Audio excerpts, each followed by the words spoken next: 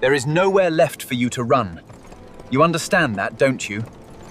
This is how it must be. The carriage wheels are screaming against the mud, and I cannot breathe. Every turn of those wheels carries me further from London, further from my family, further from any world in which I have a choice. Lord Vane of Cravenmore sits opposite me in the darkness, completely at ease, speaking of the chapel as though it is a pleasant destination rather than the place where my life ends. The clergyman is already paid. The register is already prepared. And the secret he holds over my family, the one truth that would see my brothers cast out of every decent house in England, sits in his breast pocket like a loaded pistol aimed at everyone I love. I have been careful for months, obedient, silent. I have swallowed every instinct that told me to run, because running meant ruin for the people I would die to protect.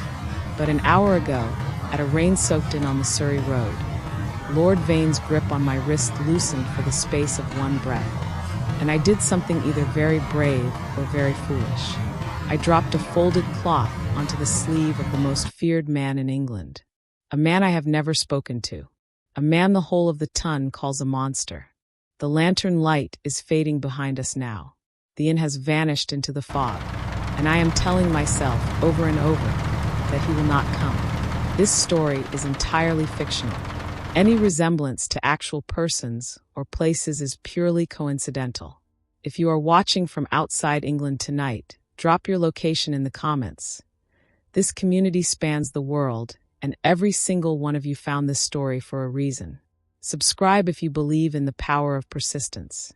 This channel exists because of it. And before we go any further, one question. If everything you loved was being held hostage, and a stranger was your only chance, would you have dropped the note or kept silent? Lord Vane of Cravenmore did not become the most dangerous man in Genevieve Ashmore's life by being obvious about it. That was the particular genius of him. He had arrived in her world 8 months prior wearing the face of a benefactor, a powerful, well-connected lord who had quietly, generously, and with great apparent delicacy offered to absorb a certain devastating piece of information about her family rather than allow it to destroy them. He had asked for nothing in return. Not immediately. That was how men like Lord Vane operated. They extended the hand first, and only once you had taken it did you feel the grip tighten. The secret itself was not scandalous by the standards of the wider world, but in the rigid, merciless architecture of Regency society, it was sufficient.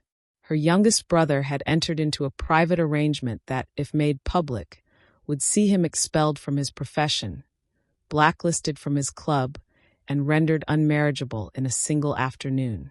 Her family's position, already fragile, already maintained by reputation more than by fortune, would not survive the exposure. Lord Vane had understood this with the precision of a man who had studied them carefully before making his approach. He had not stumbled upon their vulnerability. He had hunted it. This is what the drawing rooms of Mayfair rarely acknowledged about men of Lord Vane's particular breed. The Code Napoleon and its English equivalents had long since established that a woman's legal identity was effectively absorbed by her male protectors the moment she entered any formal arrangement. But the crueler truth of 1814 England was that a woman did not even need to sign a document to lose everything. She needed only to be associated with scandal, a whisper at the right dinner table, a letter passed between the right hands. Lord Vane required no court and no magistrate.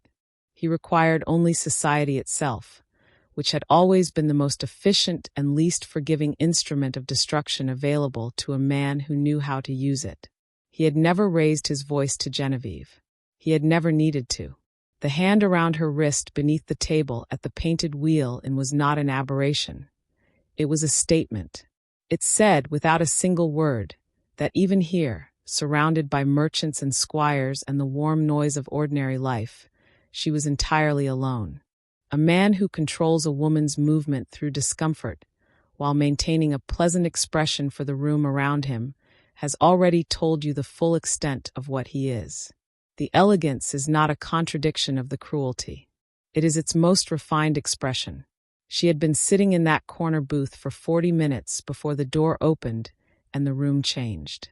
She did not know why she looked up. Every other patron had flinched or dropped their gaze the moment the Duke of Blackwood filled the doorway. Something in Genevieve, worn down to its quietest and most essential self by months of carefully managed fear, simply refused. She looked at Edmund Hawthorne the way a person in a dark room looks at a window. Not with hope precisely, with the involuntary attention of someone who has not seen light in a very long time and cannot help turning toward it. He was nothing like the men she had grown up around. There was no performance in him, no careful management of impression. The battle-worn leather, the untrimmed beard, the unhurried way he moved, through a room that was actively afraid of him. These were not affectations. They were the outward evidence of a man who had spent 3 years on the peninsula watching the elaborate fictions of polite society reveal themselves, under sufficient pressure, as exactly that. Fiction. Edmund Hawthorne had stopped curating his appearance for other people's comfort somewhere around Badajoz, and he had not resumed the practice since. He did not see her, or if he did, his face gave nothing away. He ordered his drink and settled into his chair with the self-contained stillness of a man who carries his own silence with him wherever he goes. And Lord Vane's grip loosened for one breath. She was on her feet before the decision had fully formed. Moving through the taproom with her eyes cast down, adjusting her veil, every nerve in her body screaming at her to stop, to sit back down, to remember what was at stake if she drew attention to herself. Her hand was trembling so violently she was certain everyone could see it. She had written the note 20 minutes earlier, crouched near the fireplace under the pretense of warming her hands, dragging a charred stick across a scrap of lace-edged linen with the shaking urgency of someone who understands they may only get one sentence. She had chosen her words with the care of a woman who knew she was not appealing to sentiment. She did not know this man. She could not afford sentiment. She wrote the only thing she believed might reach whatever it was that lived beneath that reputation, and that leather, and that terrible, unreadable stillness. Stand between me and the dark. The linen left her fingers. His hand caught it before it fell. For one fraction of a second, brief enough that she could almost convince herself it had not happened, his eyes came up. Dark, steady, and direct, finding her face through the veil with the unerring precision of a man trained to locate what matters in a crowded and chaotic field. Not assessing her, not pitying her, simply seeing her, the way nobody had seen her in months. Then Lord Vane's hand closed around her elbow, and she was moving toward the door and the waiting carriage and the fog beyond it. And she did not look back, because she could not bear to watch the Duke look away. He did not look away. She did not know that. She was already inside the carriage, already pressing her face against the cold glass, already watching the lights of the inn dissolve into the gray downpour and telling herself she had been a fool to hope. She could not hear, in the courtyard behind the inn, the low voice of the Duke telling Colonel Forsyth to saddle the horses. She could not hear the particular quality of silence that fell over 6 experienced cavalry officers when they understood, without needing to be told twice, that their commander had made a decision. She could not hear any of it. So she sat in the dark and she grieved the note as though it were a prayer she had sent into an empty sky. Lord Vane settled back into his seat across from her, entirely comfortable, entirely certain. He began to speak about Cravenmore, about the north wing he intended to renovate, about the staff she would be expected to manage, about the social obligations of a countess, and how he was confident she would fulfill them admirably once she had adjusted to her circumstances. He spoke with the smooth, patient authority of a man describing furniture he had already purchased and was simply waiting to have delivered. He did not notice that Genevieve had stopped listening. He was not accustomed to noticing things about her that did not directly concern his own arrangements. This was, she had come to understand, one of the defining characteristics of men like Lord Vane. They watched you with extraordinary attention in the moments when your compliance was in question, and with complete indifference in all other moments. because the only aspect of you that genuinely interested them was the part they had not yet fully controlled. The carriage lanterns barely cut through the thickening fog. The trees pressed in on either side of the road, close and dark and shapeless. Lord Vane was still speaking. Genevieve was looking at the window, at the space between the trees, at the particular quality of darkness that exists in the deepest part of a forest at night, when even the sky disappears. Then the carriage lurched violently to a stop. The horses screamed, and from somewhere in the fog ahead, beyond the reach of the lantern light, came the slow and deliberate sound of hoofbeats. Not one horse. Many. Steady, unhurried, and absolutely certain of where they were going. Lord Vane's voice stopped mid-sentence. For the first time since Genevieve had known him, something moved behind his eyes that was not calculation or contempt. It was fear. Lord Vane threw open the carriage door and stepped down into the mud with his ornamental dress, sword already drawn, his voice climbing immediately to the register he reserved for moments when his title needed to do his fighting for him.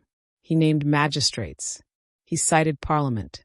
He invoked his right to passage on a public road with the breathless, escalating urgency of a man who has always won arguments by volume and is only now beginning to suspect that volume may not be sufficient this evening.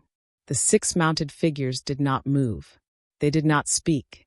They sat in their dark riding cloaks in the fog with the absolute, unhurried patience of men who have waited out far worse than a lord with an ornamental sword.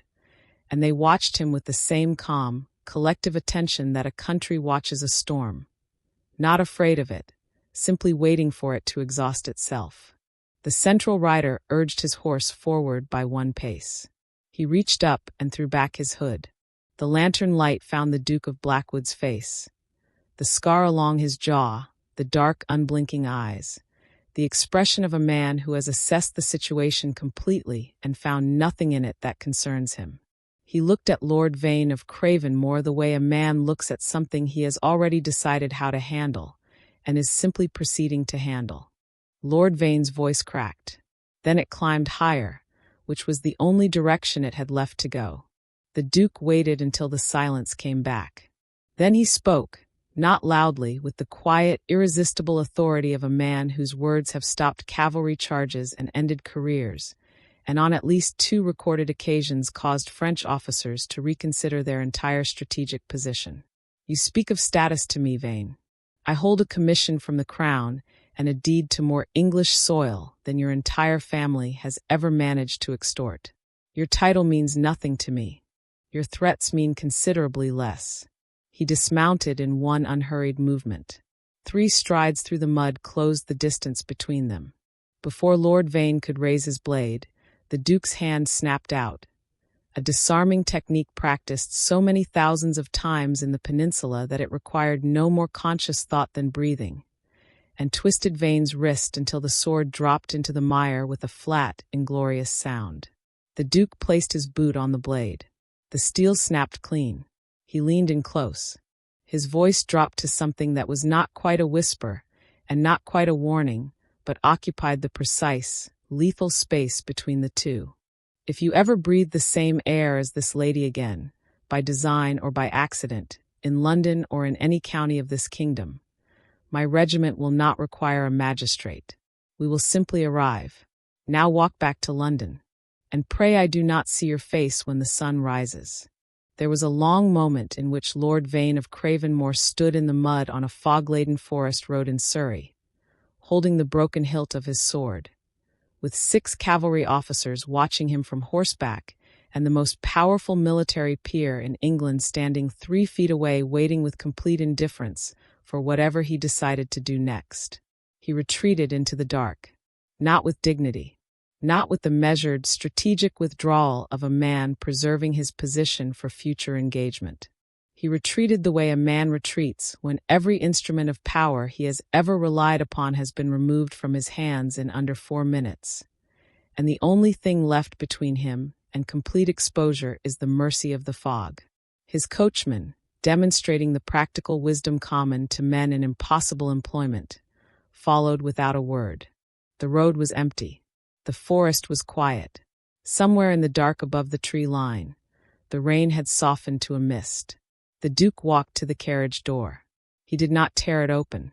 He knocked twice gently with a single knuckle, the way a man knocks when he does not wish to startle the person on the other side. The way a man knocks when he understands, without having been told, that the person behind that door has spent a considerable amount of time being startled by men who did not bother to knock at all. Genevieve opened the door herself. She had heard everything. She had sat in the darkness of the carriage with her hands pressed flat against her knees and listened to Lord Vane's voice crack and climb and finally disappear into the fog. And she had not allowed herself to feel anything yet because she had learned, over the course of a very long and instructive few months, that relief was a luxury best deferred until the situation had been thoroughly confirmed. She stepped down from the carriage and looked at the Duke directly. The lantern light caught his face fully. The scar, the dark, steady eyes, the expression that gave nothing away and somehow, for that very reason, gave everything away. She searched it with the careful, exhausted attention of a woman who has become expert at reading the hidden costs in powerful men's kindnesses. She found nothing she recognized as a cost. That was the most disorienting thing that had happened to her all evening. And the evening had already contained a forced carriage journey and a phantom army in the fog. "Why did you come? What is it you want from me?" He looked at her for a moment before answering. Not assessing, not calculating. Something quieter than either of those things. As though the question had reached somewhere he had not particularly expected a question to reach. "You asked for help, my lady. An honorable man requires no other reason. My estate is an hour from here. You will be safe there." She held his gaze one beat longer than was strictly necessary. Then she looked away, not from fear, but from the sudden, bewildering awareness that she was standing on a dark road in the Surrey fog, soaking wet, looking at a stranger, and feeling for the first time in 3 years as though she was genuinely being looked at in return. Not assessed, not managed, seen. She did not know what to do with that.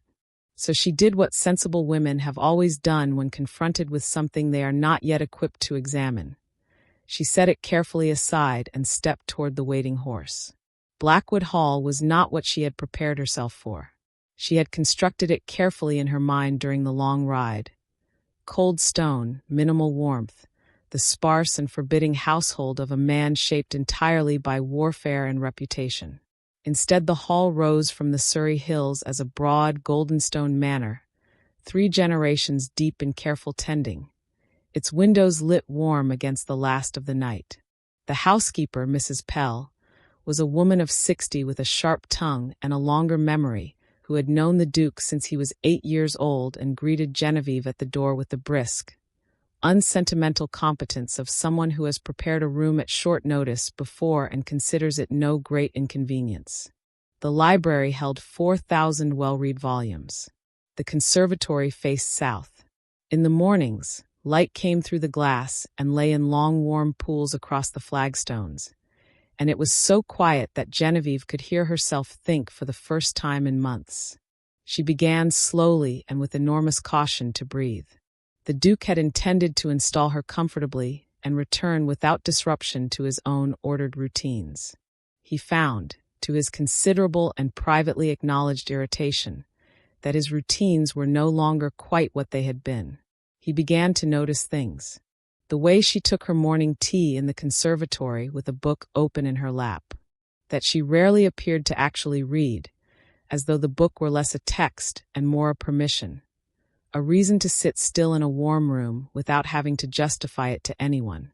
The way she spoke to his officers without the performative deference most gentlewomen deployed around military men, directly and with genuine curiosity, as though their experience interested her rather than intimidated her. The way they, to a man, sat straighter when she entered a room, with the unconscious, instinctive straightening of people in the presence of someone they have decided, without discussing it, to protect. He did not examine any of this closely. He noted it the way a man notes the features of terrain he is moving through, and moved on. But he began, without making any conscious decision about it, to find reasons to be in whatever room she was in. Genevieve noticed. 3 years under Lord Vane's roof had made her acutely, exhaustingly attuned to the movements of powerful men.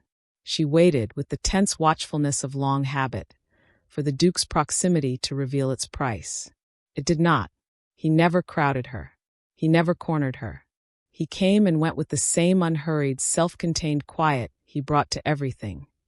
Sitting at the far end of the library whilst she read, walking the grounds at the same hour each evening, and falling into step beside her with the ease of long habit, as though they had been doing this for years rather than weeks. He asked her questions. Not probing, not strategic, simply curious. What she had studied before London claimed her. Whether she preferred the Stoics or the Romantics. What she thought of the South Field he was considering returning to pasture. Nobody had asked Genevieve what she thought about anything in 3 years.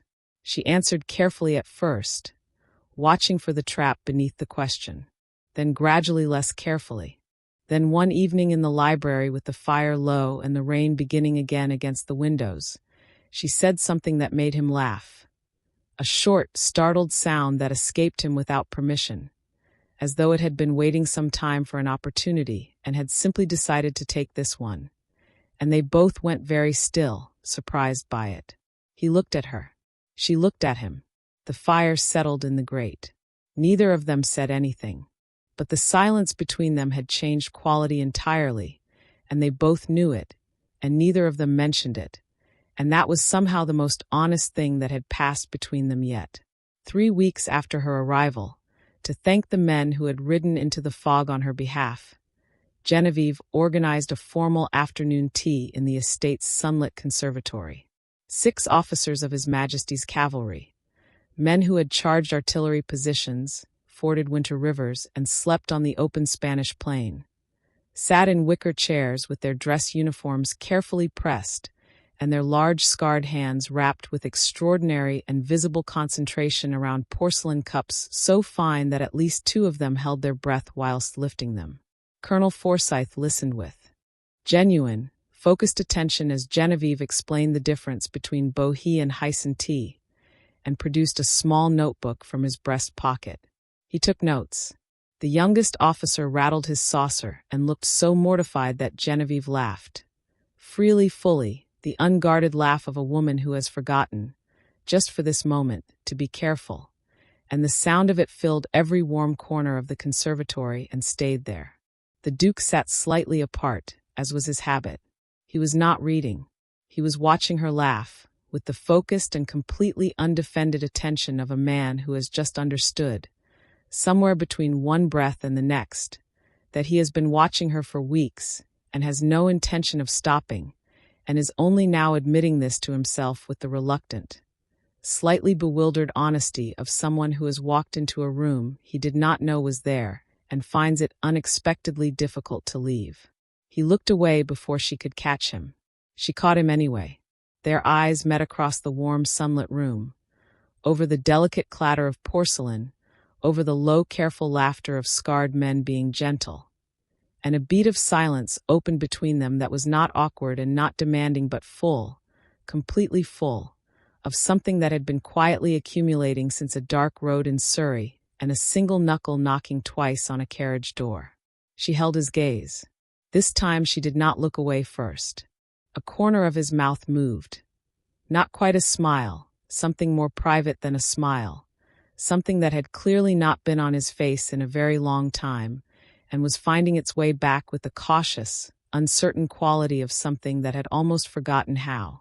In the cutthroat world of the Regency era, society taught women to fear the rough and unpolished outsider and trust the elegant aristocrat in starched linen, to read danger by appearance and safety by title.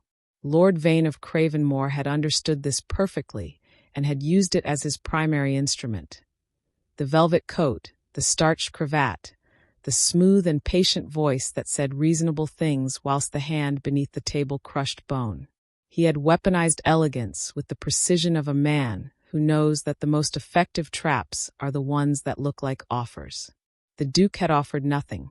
He had simply come when asked, stood where he said he would stand, knocked twice on a door, and then spent the following weeks asking questions nobody else had bothered to ask, and listening with his complete and unhurried attention to the answers. This is the oldest and most uncomfortable truth about sacrifice. It is not dramatic. It does not arrive dressed as heroism or announced with fanfare. It arrives as a decision made in the dark, on a muddy forest road, when nobody is watching and the cost is real, and you ride out anyway. It arrives as a note folded into a breast pocket and kept there. It arrives as a knocked door and an honest answer, and an evening in a library when the fire is low and something escapes you that you had not planned to give. Edmund Hawthorne did not ride into that fog because he loved Genevieve Ashmore. He rode out because she had asked, and because he had been shaped by every costly year of his life to believe that honor is not a performance. It is what remains when the performance is stripped away, and the road is long, and the world is watching something else entirely. What grew between them afterwards, in the quiet mornings and the long evenings and the warm conservatory full of careful soldiers and delicate cups, that was not part of any plan. It arrived the way true things arrive, without announcement, in the ordinary spaces between one day and the next. Honor costs something. It is only honor if you pay. And sometimes, if fortune is generous and you are paying close enough attention, what you sacrifice turns out to have been the price of admission to everything worth having. This story is fiction, but the weapon Lord Vane uses is historically accurate. In 1813 England, social blackmail was entirely legal and devastatingly effective. There were no defamation protections for ordinary families. A titled lord could whisper a family into ruin across 3 dinner tables and face 0 consequences. The Libel Act of 1792 offered some protection in print, but spoken scandal, the kind Lord Vane specializes in, was completely unregulated. Reputations built over generations could be destroyed in an afternoon. Genevieve's trap was not dramatic fiction.